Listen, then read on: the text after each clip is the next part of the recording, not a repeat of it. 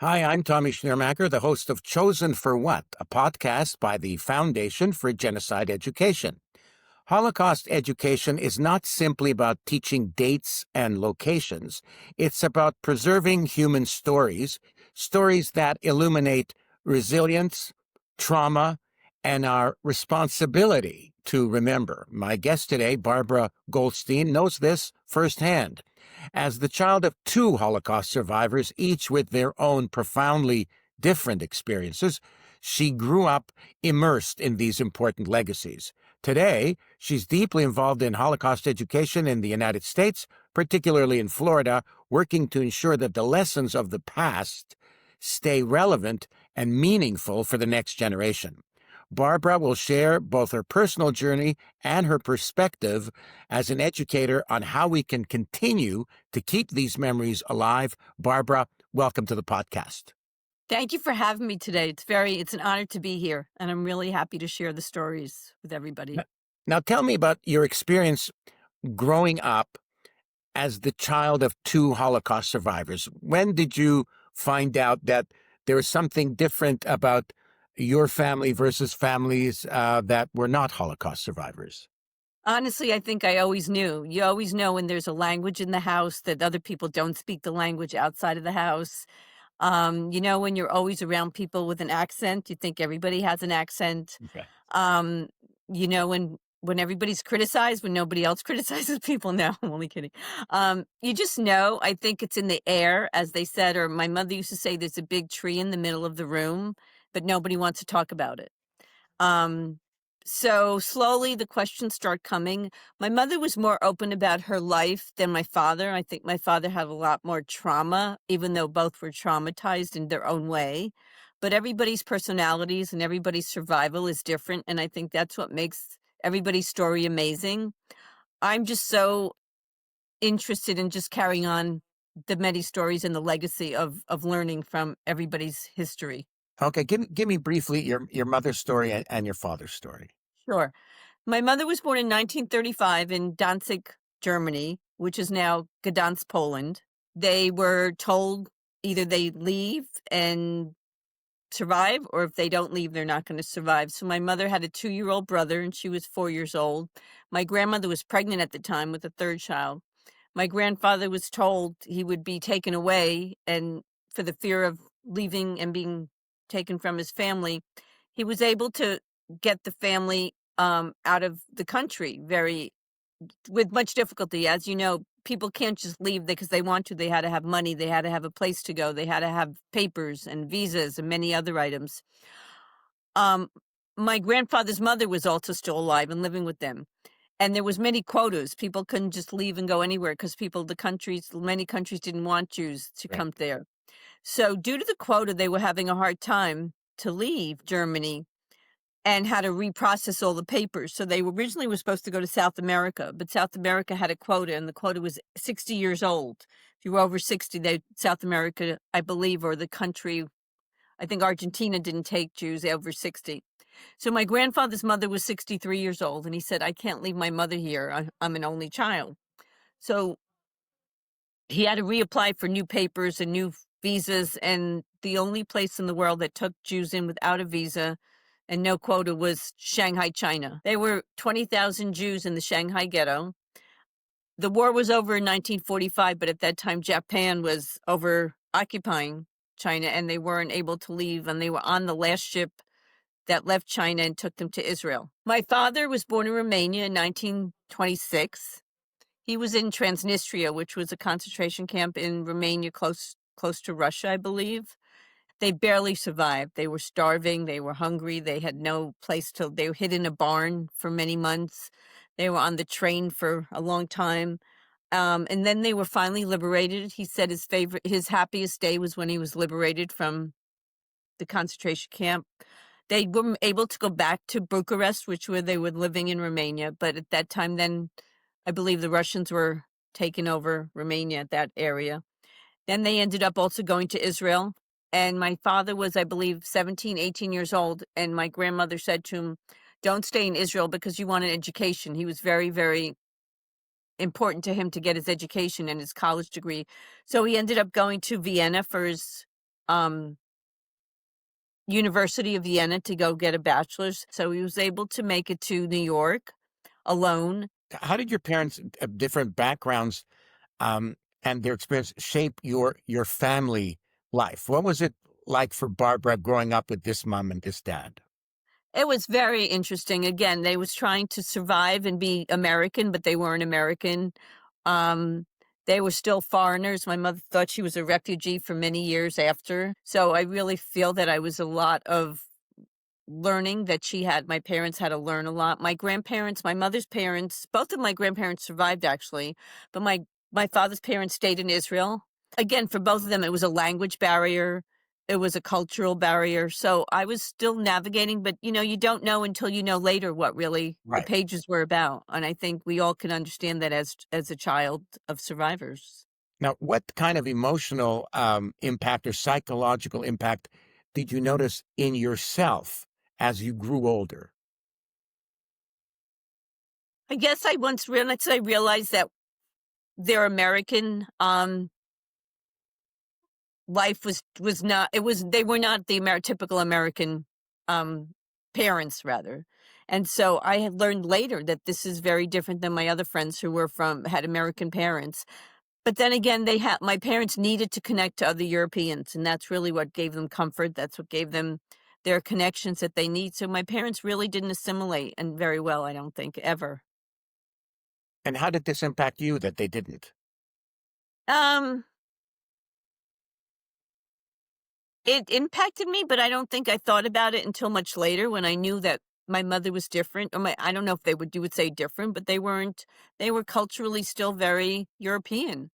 Um, it impacted me because now I have children, and the children I have to realize are not gonna have they'll have things that I didn't have. My parents were it was a matter of a lot of learning how to be financially stable. When they came here with nothing, they came to the United States with almost nothing behind in their my dad had nothing besides his shirt on his back. In terms of second gen, I guess we have many things in common and many things that are not in common. Like I know many friends who felt their parents were very ethnic. They had heavy accents. The other parents didn't. And they were a little bit embarrassed by that. I was very proud of it. I felt that my parents were more exotic than others. And I remember I had friends who just wanted to have like pancakes, like, Aunt Jemima pancakes, 'cause that was very Canadian or very American. And I didn't think that was any good. I think it had to be palachinta like my mother made. Like, I sort of got into their ethnic origin. No, that's why I agree. I'm sorry for interrupting, but I totally agree with you, and I think that's where we are similar with that because I was happy with schnitzel every week or whenever I would have schnitzel, which was our favorite German, dish. And it was very common to to eat schnitzel in our house and among they're all friends and all the palatschinken and all the borscht and all that food was so normal for me that it was not. In fact, I don't remember eating peanut butter and jelly ever growing up. Right. Um, And I still carry it to this day. I think the best possible food it always ends up being something that I had. I mean, I like sushi, et cetera, which I didn't have then. But anything like that is of the old school that my mother used to make, whether it was the way she made corn on the cob or palachinta or matzo ball soup, I still think is the best food in the world as a comfort food. I actually think that is a common thing with second generation because it gives us that connection that our other American friends don't have. I would think, and it's a cultural thing. I think that's one thing that personally I feel proud of. Me It does too. open up a door because I don't know how you feel in Canada, but it's another piece of life that I have that's our identity. Yes, I'm very, very proud of it. I felt, you know what? Yeah. All of my friends, every last one of them was born at the Jewish General Hospital on Côte St. Catherine Road in Montreal. And I wasn't. I was born in Budapest. And I thought, that's so cool, right? Like, I thought that even as a kid, like as a subject of conversation, talking with other kids at age 8 or 9, I used that as a badge of honor. Chosen for What is brought to you by the Foundation for Genocide Education. To learn more or to make a donation, head to gened.org. You'll find the link in the show notes. And now, back to the podcast.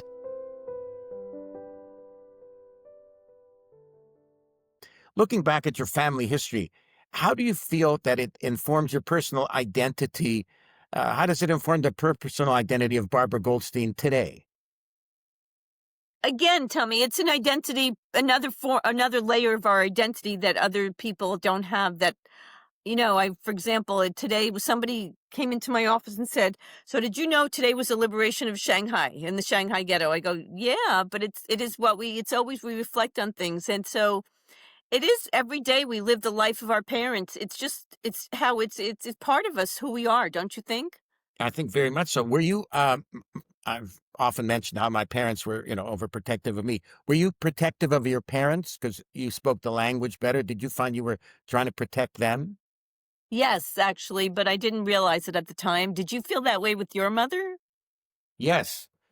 Yes, absolutely. I felt that I had to, they'd gone through the Holocaust, so I had to undo the Holocaust, which of course Yes. is not possible. That's the best way So, to say it. Like, yeah. yeah, you can't do that. So what can you do to spare them any problem? Like any problem you have, well, you're not going to bring that up because that'll just upset them. So, they've had enough. So I think that's another common thread we have. Now, let's move on. Let's talk about your professional experience teaching and promoting Holocaust education. What has that been like? Oh, so important, and it's just critical for the education needed because, especially today, there's so much denial. But I'm finding that not everybody, but that people do want to learn, but they just don't know what they don't know. And this is Right. where I step into the classrooms, I step into schools, I'll step into the community or to the temple, and I become like more of a spokesperson or a recognized local community person, which is like on Monday morning, I'll be on a local radio show, which I'll actually send you the recording. And every year I'm invited back. And I don't want to say that I have this label on my forehead or something, but it just becomes that's who we are, that Right. we don't want to I guess, but tell me, you talk to a lot of 2Gs. Some are okay with it and some are proud of it and some don't want to even be bothered with it, right? Absolutely. Now, I want to know what changes you've seen. You've been doing it for quite a while. What changes have you seen in how Holocaust education has been approached over the last 20 years? The way it's taught, what's changed over the last 20 years? One of the things I talked about that's a lot lately, actually, one of the things, not a lot of all the things, one of the things that's changed over 20 years is there's not as many survivors around. And like 20 years ago, I could have brought in survivors all the time to the classrooms, and it's such a special Right. thing hearing from the survivor, and you get that. Now, I don't have any survivors any longer locally living. We That's another reason why I feel so obligated. I don't know if you feel obligated in some way, but I feel more obligated because my mother's not here anymore. Right. So who's going to speak for the people that can't speak? Is we have to speak. But again, my brother doesn't have that feeling. I don't think he will speak about anything else, not this. Hmm. Have you Um, discussed that with him? Why he doesn't want to talk about it he and just you just do? doesn't have to feel it's that important to him. It's just that he has other things that are important to him. Um, Everybody sees the world differently. I guess I could say it that way, right? But to me, it's just critical. What people could do should never happen again. What are some of the biggest challenges that educators face today in making sure that students understand this history? The connecting that it's so hard to connect to today's world, I think, because think about it.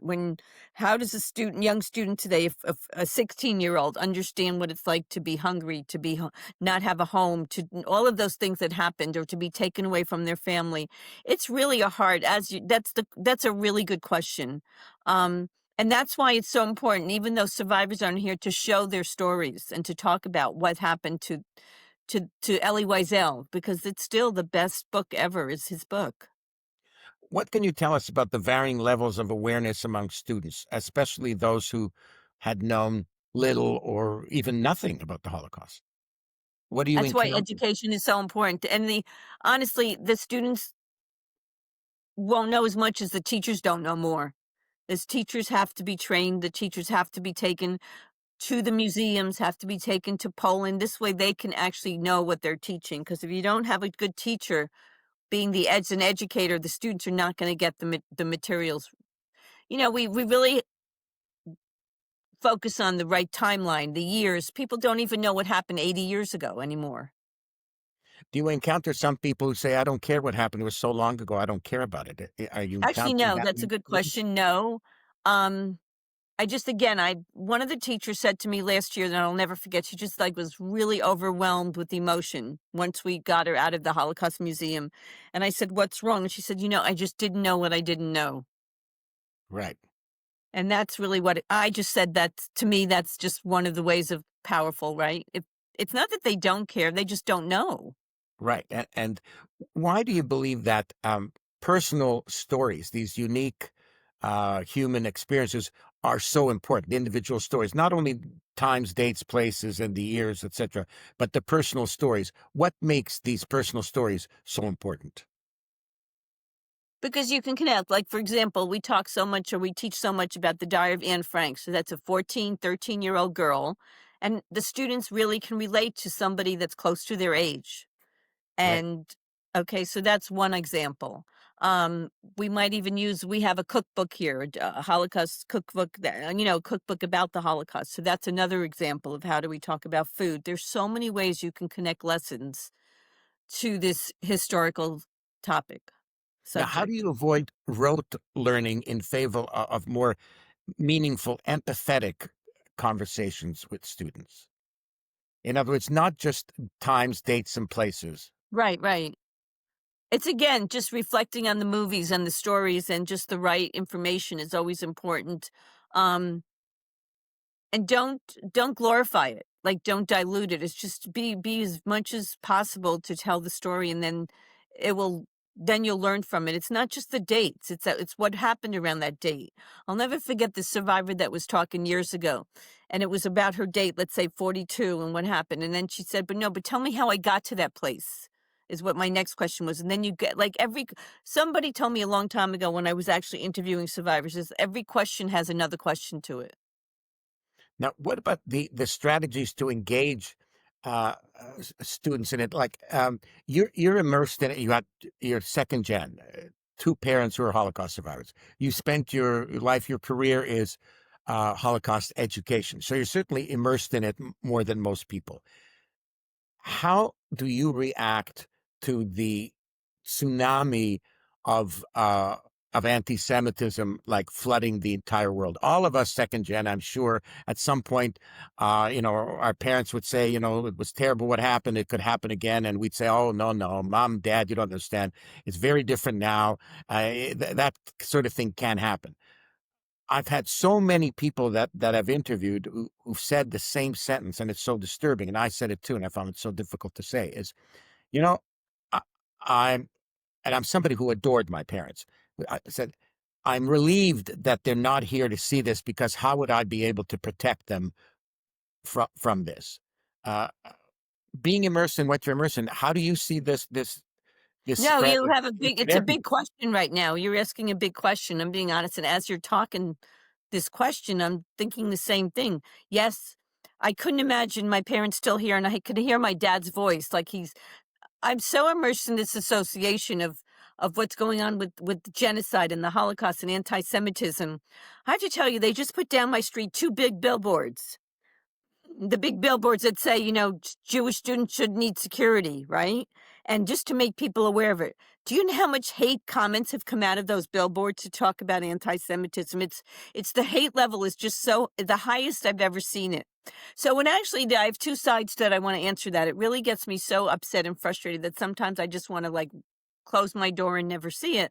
But it also tells me I need to be inspired to really fight and stand up for it because if we don't stand up to it, it's just going to get worse and worse. And I just feel that somebody needs to speak up, and I could be the one person that can maybe help speak up.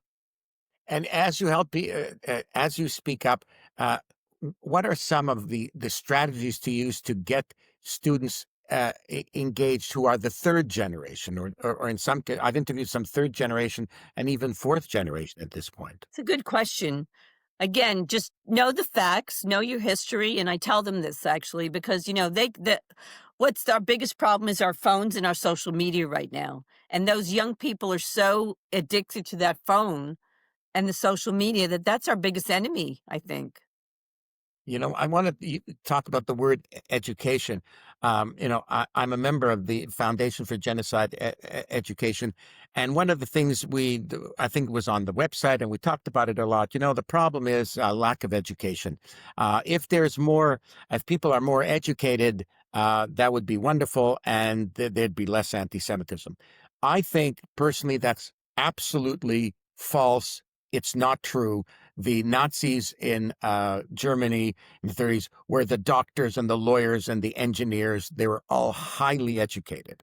And I think a lot of the hatred today is coming from people who are highly educated. A lot of it is coming from university campuses. Some of the most highly educated people in Canada and the United States are quite happy promoting anti-Semitism every which way they can. So that's pretty discouraging when we used to like to tell ourselves, oh, well, if there was education, everything would be fine. Well, there is education, and it's not fine. What's your take on that? No, I agree with you. So I'm sure you've heard of Dara Horn, right? Yes. Well, Dara Horn will be coming to be our presenter at the end of next month. And you're right. She writes so much about Holocaust education is not working. It's actually failing. Yeah. So we have to rethink the wheel of what happened 10 and 20 years ago is not working now. Right. And that's the biggest challenge that we're all having. All of the Holocaust scholars and the Holocaust educators and the Holocaust directors we go to these conferences, as you have for your genocide conference, and we go to the Holocaust Museum. And are we talking to our echo chamber? Are we talking to our people that we understand each other? But if I walk out my door now and I talk to the 3 people or whoever out the door, and if they're not going to understand our language, so it doesn't matter because they're going to believe what they want to believe. And the education, but if I can just educate one more person. So my office is at the community college campus. And every day there's a guy that comes in to empty the garbage from the building here, right? And then there's another guy that cuts the grass, okay? But do you know when he comes in for a bottle of water, what he wants when he leaves? A book. Right.